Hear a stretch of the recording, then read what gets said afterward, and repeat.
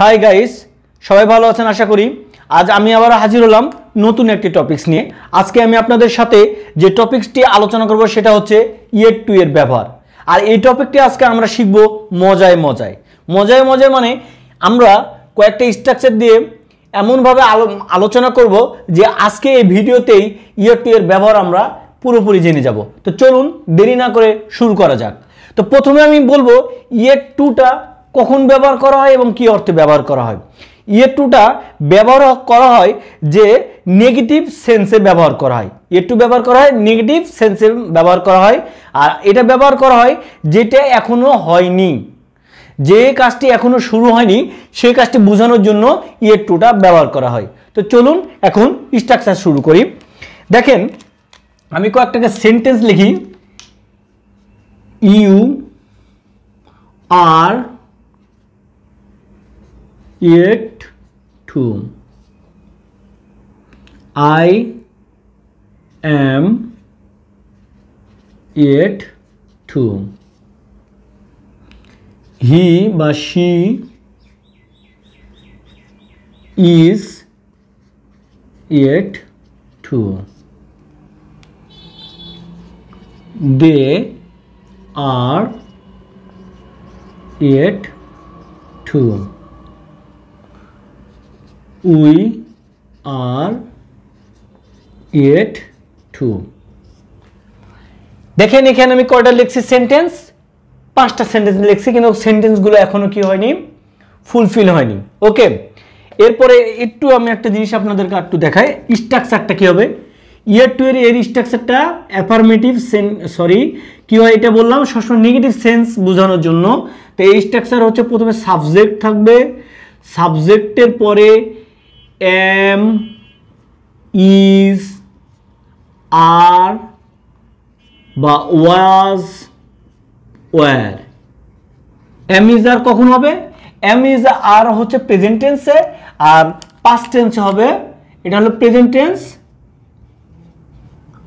আর এটা হলো পাস্ট টেন্সে। ক্লিয়ার? তারপরে কি হবে? তারপরে হবে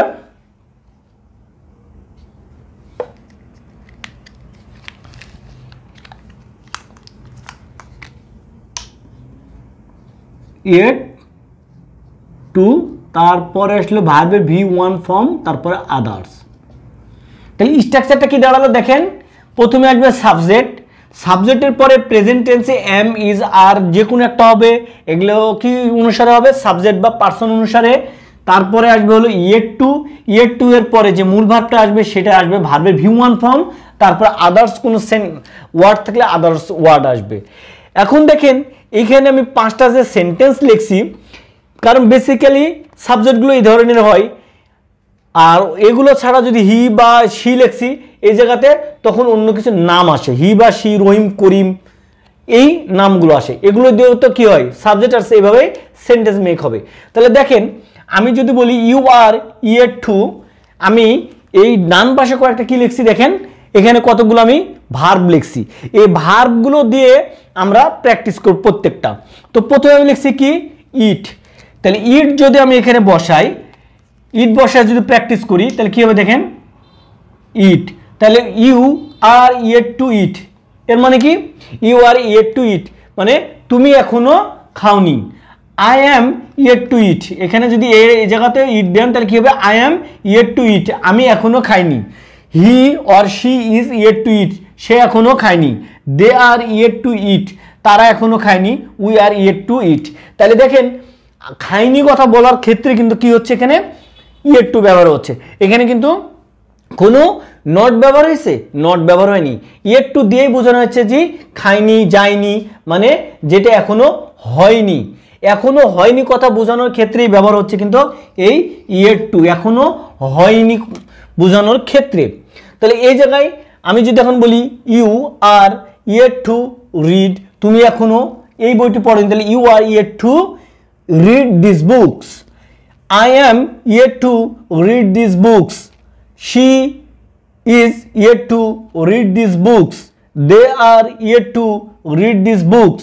we are yet to read this books. তাহলে আমরা এই রিড এবং ইটের ব্যবহার করলাম। এই প্রত্যেকটা ভার্বগুলো দিয়ে এখানে প্র্যাকটিস করেন, তাহলে আপনার কাছে ক্লিয়ার হয়ে যাবে। আর একটা জিনিস বলি, এখানে আমি এতগুলো সেন্টেন্স লিখলাম কেন, কারণ আছে এখানে একটা ভিডিওতে আপনারা অনেক কিছু শিখতে পারবেন যদি আপনারা নিজেরা ট্রাই করেন। এখানে দেখেন ইউ এর পর আর বসছে, কেন ইউ এর পর আর বসছে? ইউটা সেকেন্ড পারসন বা ফার্স্ট পারসন সিঙ্গুলার এবং প্লুরাল নাম্বার দুটোই হয়, আর ইউ এর সাথে সবসময় আর হয়।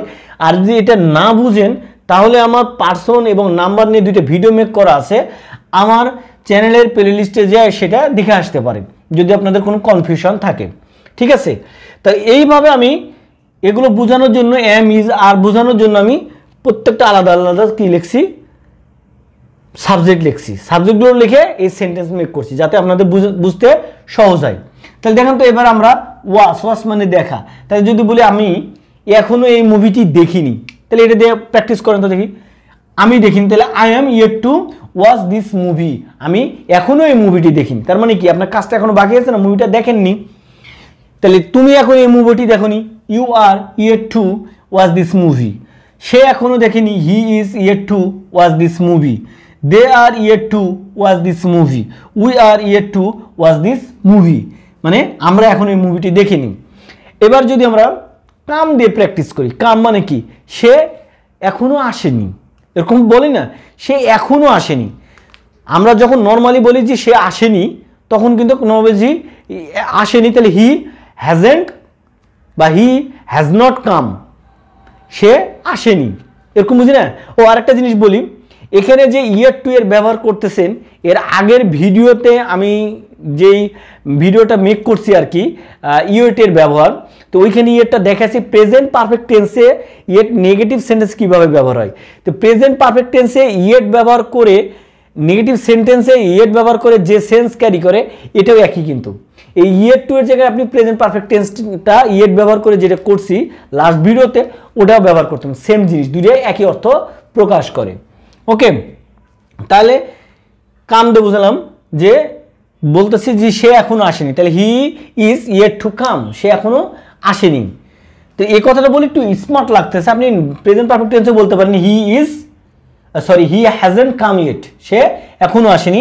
সেটা না বলে যদি বলেন he is yet to come, সে এখনো আসেনি। তারপরে তারা এখনো আসেনি, they are yet to come, we are yet to come, এটা যেহেতু হয় না। তারপরে I am yet to come, আমি এখনো আসিনি। You are yet to come, তুমি এখনো আসনি, ঠিক আছে? তারপরে দেখেন যদি এই তুমি এখনো ওকে তো জানাওনি বা ইনফর্ম করনি, তাহলে কি বলি? তুমি এখনো ওকে ইনফর্ম করনি।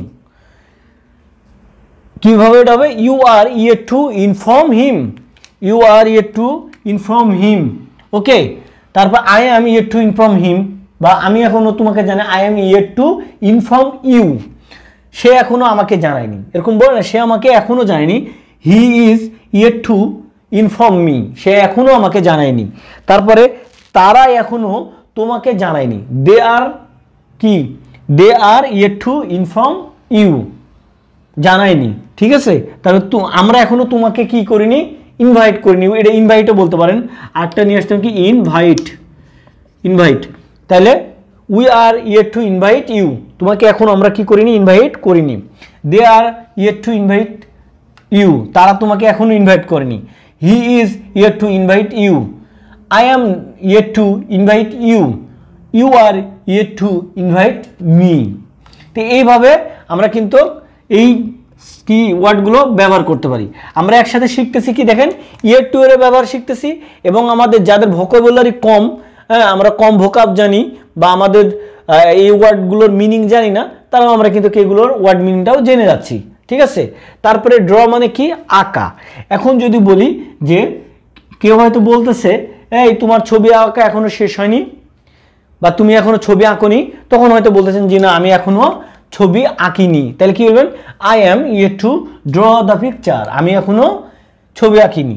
তুমি এখনো ছবি আঁকোনি, you are yet to draw a picture, সে এখনো ছবি আঁকেনি, she is yet to draw a picture, they are yet to draw a picture, we are yet to draw a picture. Okay, তারপরে বলছে একটা দেখেন আপনাদের বাসায় কোন কারণে গেস্ট চলে আসতেছে, এখন আপনাকে আপনার এক ফ্রেন্ড যে আপনার খুব ক্লোজ, সে আপনাকে বলতেছে কী ব্যাপার, আমরা তো 5-6 জন তোদের বাসায় আসতেছি, হয়তো দুপুরের দিকে আসবো। তখন হয়তো আপনি বলতেছেন তোরা আসতেছিস, আমি তো এখনো কি আমার বাজার করাই হয়নি। তাহলে কীভাবে বলবেন? I am yet to buy, আমি এখনো কি কিনিনি, কেনাকাটাই করিনি। You are yet to buy, he is yet to buy, they are yet to buy, we are yet to buy. তাহলে এইভাবে আমরা যদি দেখেন, আমি এর জন্য কি দিয়েছি এখানে স্পেস দিয়ে রাখছি। এইভাবে আপনারা সেন্টেন্সগুলো লিখে বাসায় এই ধরনের কি ওয়ার্ডগুলো দিয়ে আপনারা প্র্যাকটিস করেন, বাসায় বারবার বলেন। কারণ আপনি যদি ইংলিশে কথা বলতে চান, you must have to practise. Without practice you can not learn anything.